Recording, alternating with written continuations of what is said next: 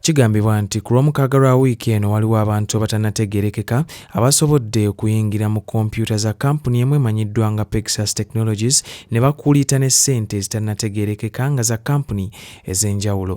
Pegasus Technologies nga bakugu mu nsonga za IT baludde nga bayambako kampuni ez'enjawulo ez'amasimu nga muno mwe muli MTN ne Airtel era nga bano bayambako kampuni zino okuyunga sisitemu zaabwe eza mobile money ne banka ez'enjawulo era nga kampuni eno ye yakoseddwa oluvannyuma lw'abantu okuyingira mu byuma byayo.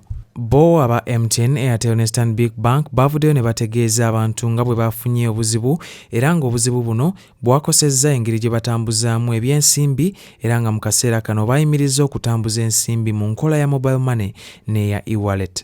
Wabula bo bakasitoma bategeezeddwa okubeera abakakkamu era nga tebalina kubeera na kweraliikirira kwonna kubanga ensimbi zaabwe zo zikuumibwa bulungi.